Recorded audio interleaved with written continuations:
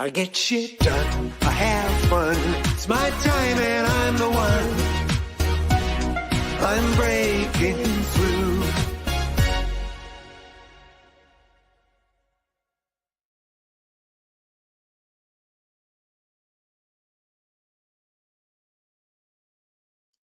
And here I am, Mailroom to Mastery, a journey to business brilliance. But before we do that, I'm your host, Coach Phil, and thank you for being here, watching us live if you are. If you're watching us on the replay, remember hashtag replay. Give us your feedback, your comments. If you have questions you want answered, if you're watching live now, great, do that. And if we see them, we'll answer them if we have an answer. And if we don't, we'll be back at you with an answer shortly. If you're watching on the replay, by all means, give us your feedback, ask your questions, and we'll respond to those as well. I'm so excited to have this young fella on here. He's got the same name as me, so he's got to be pretty cool, at least the first name. I think we're both named after a prince, but I could be wrong. Maybe that's just my story. In the meantime, I have a shameless plug I want to take advantage of. So here we go.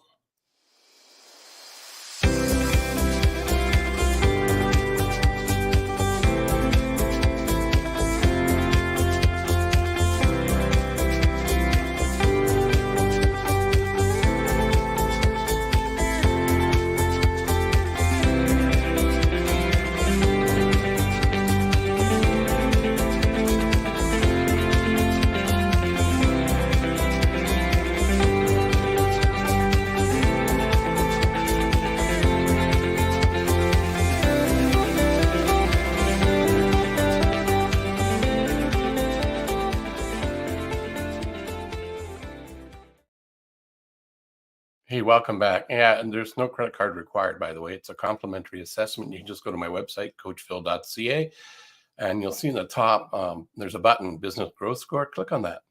If you're a business owner, entrepreneur that would like to know where you're at in terms of your assessment of your business and your growth score, by all means, go ahead and do that. You might find that you're blowing it off, out of the park and don't need any help, got it all figured out. But you could be somebody else who recognizes an area where there's room for improvement. If you would like to have a complimentary 30-minute coaching call with me, I welcome the opportunity. Again, no credit card required. And if I'm not the guy, I'm part of a huge network that's around the globe. So somebody there will be able to address your concern. In the meantime, we're here to learn about Mailroom to Mastery and a journey to business brilliance. And I've had the pleasure of meeting this young feller. Like I said before, he's got the same name as me. So it's pretty cool, right? I think so. So let me bring up my page on him so I can make sure I don't miss any points. And of course, technology is not working. So who needs technology? He got his start in the mailroom, literally worked in the mailroom before eventually creating a wonderful career with the world's largest mailing company. I think I know the name of them, but I'm not going to give it away. If he wants to share it, he can. So for over 25 years as an executive, experiencing and mentoring sales leaders and teams, achieving organizational targets about financial goals, associate engagement, and client loyalty. That's a lot of things to do. And for 25 years plus. Servant leader, I can say I have experienced that firsthand. I've only met him this year, but certainly he is that kind of a leader, servant leader, committed to being present and hands-on within your business to bring about meaningful change and long-term success. Now, I can't speak about the long-term, but I've heard rumors that he's pretty damn good at what he does. High organizational IQ, yes, he will work effectively to ensure that you have a cohesive alignment between your sales and all the functional areas of your company. Has an extensive career track record of surpassing organizational targets by selling a variety of products and services across a wide array of vertical markets. He is a family man. He has a lovely wife. He has a son. He has a couple of dogs. We're not sure who he loves more, but it doesn't matter. He has all of it, so he's well balanced. He's a sport enthusiast, NFL, NHL, CFL, LMB, Premier League soccer, and the list goes on. I must be a lot older than him because he likes to thank his parents for making him a fan of the Beatles, Elton John, Billy Joel, and Bob Seger. I grew up on that, so maybe I'm as old as his folks. Anyway, we'll find out. Maybe we'll get some of those questions answered when I bring them up here. Phil Hammond, welcome to the Business Renovator. Can't speak today. And thanks for being a guest. Hi, Coach Phil. Happy to be here. I appreciate you calling me young. I don't feel young, especially at this time of most days, but yeah, that was a nice compliment. I appreciate it. I guess it's maybe a little relative. But yeah, it's just a number, right? Whatever that number is. yeah, so everything you said sounded very familiar and true. I've had a long life that started, or a long business career, I guess. It definitely started in the mailroom, and I've been fortunate enough to be around a lot of great team members, a lot of great leaders, a few of the opposite, but you learn from all those experiences along the way, right? So, Yeah, I'm here and really looking forward to talking to you today.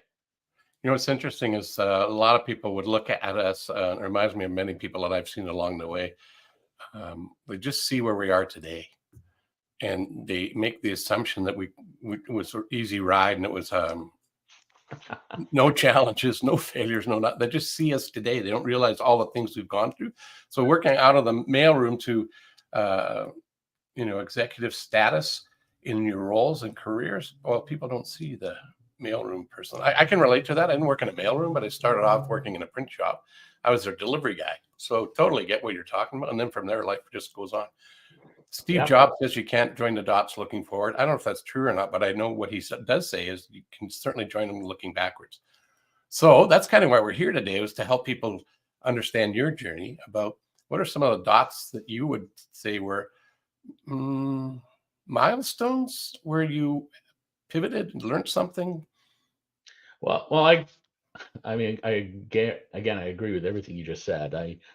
I think probably the best thing I did along the way, and from a very early age, I was fortunate enough. My dad was a senior leader and executive in the energy industry for years before starting his own engineering company later in his career. So I was always comfortable around senior people in any organization. And I was always, I don't know if the right word is brave enough, but I was confident enough to, even if I was, 24 years old pushing a mail cart, I didn't hesitate to stop at the door, the CEO's door, if they were in there working at their desk, just to say hi, or see if they watched the game the night before.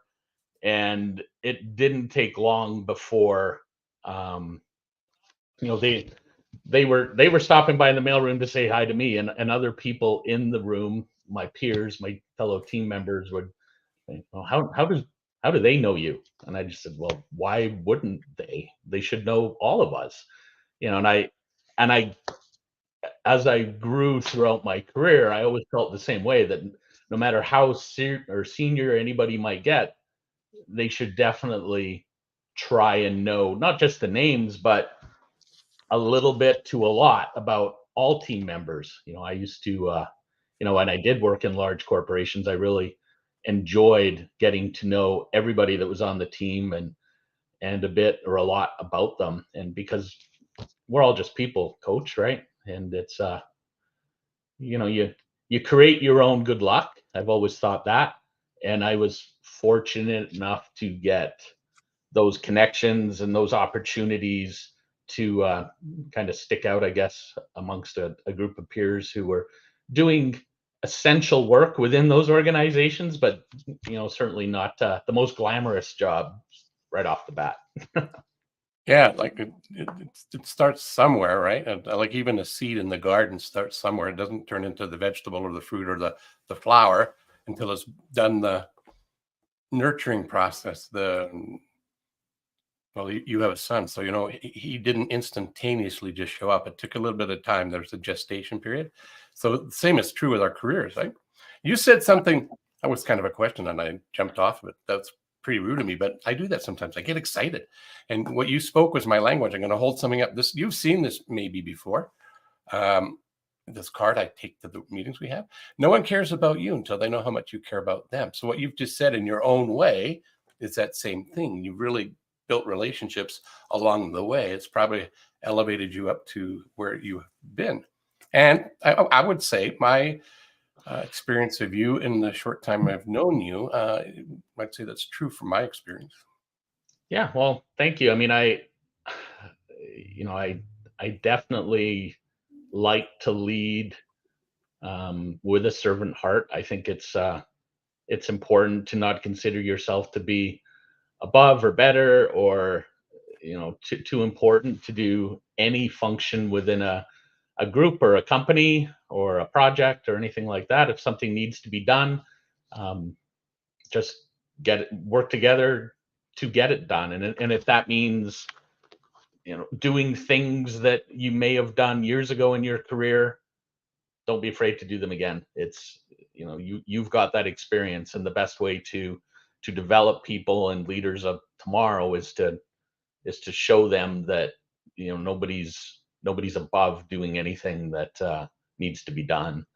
That the way I got my start, actually, and this is kind of I think it's a funny story. We were working in the mailroom, and we'd acquired, and at the time was brand new to the industry, mail processing equipment from the company was Pitney Bowes. And I was what I was going to guess. Well, we had about 100% chance. I think we've got a 90% market share. Oh. It was only 50% before me. No, I'm just kidding. So this new piece of equipment was coming in, and I was fascinated by it. It did all kinds of things that the previous generation of equipment didn't do. So I really took it upon myself to learn everything I possibly could about the equipment and be able to train my coworkers. And the sales rep from Pitney Bowes came to me one day and asked me if I'd go with them to another client who was having trouble adapting to this equipment. I said, sure. I mean, my leader at the time, I thought it was a great opportunity. I mean, she inspired people to, do what was necessary, not only for themselves, but for their peer group. And she wholly endorsed me going off to work with Pitney Bowes, not yet as an employee. And after I did that 2 or 3 times to help them grow, somebody smartly came to me and said, why don't you come and work with us? And my passion wasn't in office equipment technology. It was more in the services and working with companies. So they hired me to be the first site manager within their managed services division in Western Canada. So I was hired. My first job with Pitney Bowes was the mailroom manager at the Petro-Canada corporate head office when they outsourced their mailroom. So I think I was about maybe 26 years old, something like that, when I got hired by Pitney to start working there. And that was the start of it. And it was a wonderful place to work. I loved the diversity of the organization, both in terms of the team that I worked with, the people, but also the clients that we worked with. When you work in managed services, you can work with just about any organization in any industry. And I really credit that experience with the ability that I feel I have, or I'm told that I have, to work and bring value to many situations. So yeah, it was, but like I started that rambling story about, it was just luck. And but I was smart enough at the time to say, I need to learn everything I can about this equipment. And I wish I could remember the sales rep's name when she said, why don't you come with me? And I think Gabrielle, that was her name, Gabrielle. Very nice lady. And I'm sure she did very well in her career too. She was smart. She asked for help when she knew she needed it. I think that's one of the keys to being a successful leader, is to don't feel like you have to. It's okay to be vulnerable and seek answers. One of the things I'm an advocate of is everybody I work with, because I don't do what you do. I do some things differently, but I work in the sales world to help sellers become more proficient and actually enjoy being salespeople, and not look at it being that other description that we often get, that turn them into professional solution providers and help them provide solutions with value. And how I get them to do that, and I learned this along my way, is be a tourist looking for directions. Even though I know all of the products I have, let's go back to what my favorite thing here. No one cares about you until they know how much you care about them. Forget about the product, forget about the services, find out about them and find out what their aspirations are. And if you've got a solution directly, or maybe because we now met each other through a networking process, networking is amazing if you work the net. And because now we know some other people, when we run into the people that we're talking to, being that tourist for looking for directions, might not be anything we do. It could be that they need their roof fixed. Right. And we can make an introduction to somebody that we've vetted for them, or a couple of people, and make that introduction, make their life a little easier. Yeah. When I first went to, I was an operations person per se, but when, after a few years running mailrooms, I noticed that our division wasn't really growing very much in my territory. So, I went to my boss and said, in Toronto, and I said, why don't I go out and sell too? I know enough about this business. Let me go talk to companies. And they were nice enough. I'm sure it scared the hell out of them to think that this young, somewhat sarcastic, very sarcastic person was going to go out and represent the organization in what was a very important market for them in Western Canada. And I know I talked way too much in those initial sales calls. I mean, my job, I felt, was to go out and regale these people with my expertise about, the value that they would get in outsourcing non-critical or non-core functions within their enterprise. And you're an oil company, why are you running your own mailroom or your print shop, etc.? But it didn't take long for kind of that, and I don't think I was alone in that back in the 1990s.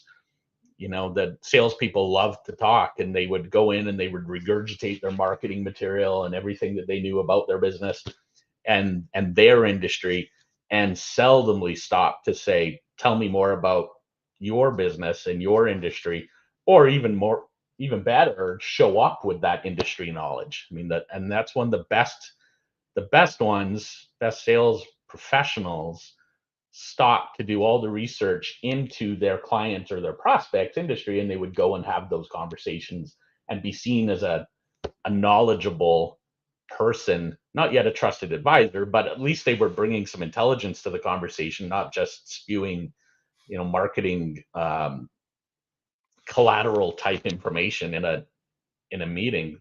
And then, it's probably the late 1990s, early 2000s when all sales training pivoted to be more about listening and less about talking, and having valuable discovery sessions, and taking that information back to I call it the puzzle factory. Take it back to the office and talk to the people who knew more about your business than even you did, to pull together potential solutions to clients' challenges and problems. I mean, I never saw myself as a great salesperson. My passion was in leadership and leadership development, and developing, giving people the opportunity to do what they were best at, and making sure that we had the best possible people in the best possible positions on our teams, and collaborating to win deals. And we won some pretty big deals especially given the amount of experience we had, which was not a lot. We were all pretty young back then, and just going around and developing relationships, and good old fashioned selling. But we mixed in enough of the new approach to be dangerous. It's funny you call it the new approach, and you say it started in and around the 90s. I was selling technology before that. I've been around a little bit longer than you, maybe a day or two. Anyhow, what I was hired for was to be a guy who would be going to opportunities and ask questions and, open up doors, and then get the team. I like what you said, the puzzle factor. I never heard it called that, but it's exactly what I did, because I didn't have the expertise about mainframe technology. I didn't know how to make the room safe with the right humidity, and those sorts. I knew it was important, but I didn't know how to do it. But I had a whole team that knew how to do that. So all I needed to do is go and do that. Like I said to you, be a tourist looking for directions. That was the role I played. And I learned that from my days in the Dale Carnegie world, when I was stumbling, bumbling, wannabe professional leader seller. And I was selling some tech at that time for a small company. I got fired because I didn't reach my quota. And it was fear-based why I didn't do it. I was afraid to go out and make the calls. And so in the role of being a solution provider, you need to talk to people. And if you're afraid to make the initial contact, it's pretty hard to hit your target. So I had that experience. So every stubbing of the toe, the fail, first attempt in learning helped me do other things. So one of my dots that connects was I was taking a Dale Carnegie course to learn how to do all that kind of stuff from a human relations point of view. And it made a huge difference for me. And I've never looked back. And from that, I ended up going to another tech company because I went to them to help them sell their products. Long story short, I was looking at the clock. We don't have time to tell the whole story, but I'll give the highlight. The highlights was they offered me a job because of what I learned from the experience of being fired, what I learned from the Dale Carnegie world, and then how to show up to be a servant, a listener, and a great question asker. Is that a real word? Asker? Probably not. It might be a philism, or some clients sometimes say, "Oh, I've been filled," which is a positive thing because they've learned something. They've been reminded about something, and that's actually a sideways compliment that they give me. So I appreciate that. But you and I, even though we have the same name and we live in the same city, I think we have a lot more in common than I even thought before. So that's pretty cool. So what's another dot that if you were to look back and say it was a connection to where you got to today that you would like to share with people, impart that knowledge to them, what would that be? I mean, I think you have to be absolutely willing, and it's kind of like what you were talking about. I mean, don't be afraid to be uncomfortable at any point in your career. No matter. I mean, make no mistake, and I don't shy away from the fact that every time I got a new job or got promoted, I was almost immediately thinking about and asking about what I needed to do to get the next promotion. And I think that was the lesson I'll share later, maybe. But in order to do that, I obviously needed to learn more. I needed to excel in what we were doing in the current role, and to do that, I needed to put myself into situations that I hadn't been in previously in my career. I didn't get a lot of training managing the Petro-Canada mailroom, or a lot of experience managing that mailroom that would help me immediately get to vice president or chief revenue officer type of roles.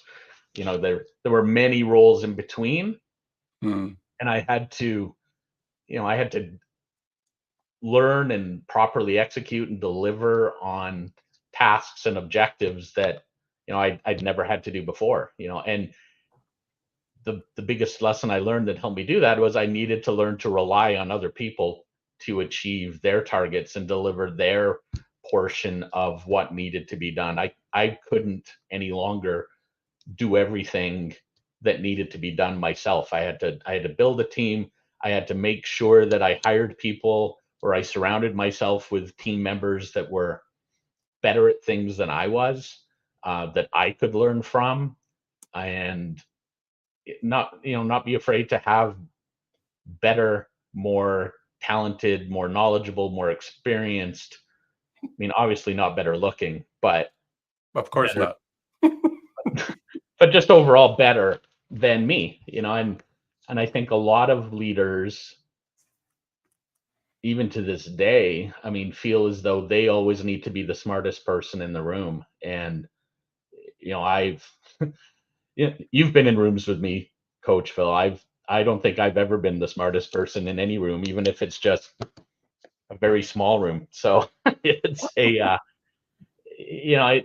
learned you've got to put yourself in tough situations. And for me, probably the toughest situation was when I figured out that I didn't always need to be the star in the room, and I couldn't be afraid, or I shouldn't be afraid to, take a seat in the back and let other people do what they did best to achieve an overall objective or goal. And it's and great leaders recognize when other leaders within their team are doing that. They don't hold that against them. They don't say, oh, well, yeah, you achieved your goals, but she did all the work or he did all the work. I mean, they give credit to the people who pull together or build or design eventual successful teams. I mean, nobody ever accused Scotty Bowman or Glenn Sather or Al Arbor or any other great hockey coach, or Bill Walsh or Tom Landry or any other great football coach of being the best players in any team they ever played on in their playing careers. But they knew enough about how to surround themselves with very talented people in their respective roles to achieve overall objectives. So that was I'd say that would be something that I learned along the way, was not being afraid to put great people on your team and then letting them do what you hired or got them, the reason why you brought them onto the team. I was scribbling a note because it looks like I wasn't paying attention. I was listening with a pen. Look, there's my pen. You didn't say this, but you reminded me of it. You said it in your own way. It says, high self-esteem leaders hire people whose self-esteem is even higher than themselves. They're not threatened by that because they're better, talented people with a better skill set. It's getting the right bum on the right bus in the right seat so that the bus goes where it needs to go. Not everybody can drive the bus. Somebody's got to do some things in operations, sales, deliverables, warranty, service, customers. Depending on what industry you're in and what you're doing, there's a lot of people. So you've mentioned that numerous times.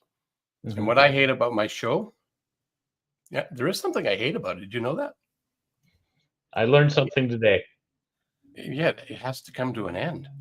But before it comes to an end, I want to share some things that kind of talk about you. And I would like to go to your LinkedIn page first. So hang on, there we go. I'm going to bring this up. And with the magic of, it's about the only thing I've prepared for today is make sure because, if I go up here and say, have a look at this, where my cursor, it's hard to see that. So I'm going to bring it up so it's easier to read. So bear with me, audience. But what we're looking at is your LinkedIn profile. Is there anything you want to talk about while I'm fumbling around here? There we go. Anything I'd like to talk about? Well, why I do what I do today was, I mentioned earlier that I thought my personal goals were always surrounded by getting promoted, getting to the corner office, and having the biggest, best job I could possibly get. And then I realized after my, I had a really good corporate career. And then, I got to a stage in that where I thought, maybe that's not exactly what I want to be doing. I don't want to relocate my family to another city. I don't want to, I don't want to work 16 hours a day. I don't want a whole bunch of things that I knew or realized I didn't want. And, I pivoted. I call it my Jerry Maguire moment. I wanted to do more with less. But I wanted to take what I'd learned and what I'd been fortunate enough to be a part of in helping companies on, Bay Street and Wall Street achieve their objectives. And then I wanted to help my friends and neighbors who I really hadn't spent a lot of time working with, who owned small and mid-sized businesses, because there's a ton of knowledge out there in a variety of disciplines in the corporate space that those folks could really use in their companies to, get their companies and realize their dreams. So that's why I pivoted and changed. And I'm young enough. Like this isn't my retirement job. This isn't off the corner of my desk. I'm all in with regards to helping my friends and neighbors run their businesses and achieving their dreams. And I think I'll just leave it at that. I mean, it's what you're showing on the screen right now. This is what I do. And me and my two Boston Terriers working out of my house, and I'm out immersed in my clients' companies most days of the week. When I'm not, I'm usually in a room networking with other risk takers, entrepreneurs, people aspiring to do great things for themselves and for others. And it's the most rewarding and most fun I've had in a long time. Fun. Huh. I thought I was prepared with this other link, but I got it now. So I'm going to swap this out because we're looking at your website and it's really hard to see that. So here we go. This is where you can go and get some more information about Phil. His website's real easy, philhammond.ca. You don't need all other stuff, but I didn't get it out of there in time. That's on me. Technical, I'm not savvy. I have some skills, but that's not one of them. Yeah, wow. That was, I hate the fact that time goes so fast. But that means we're having fun. And I learned a ton of things when I recap the show at the end. I've got 9 times 3, 9 things that I'm going to recap with. We have a comment. Let me see who's there. See, it's a long one. Somebody who knows you, I think.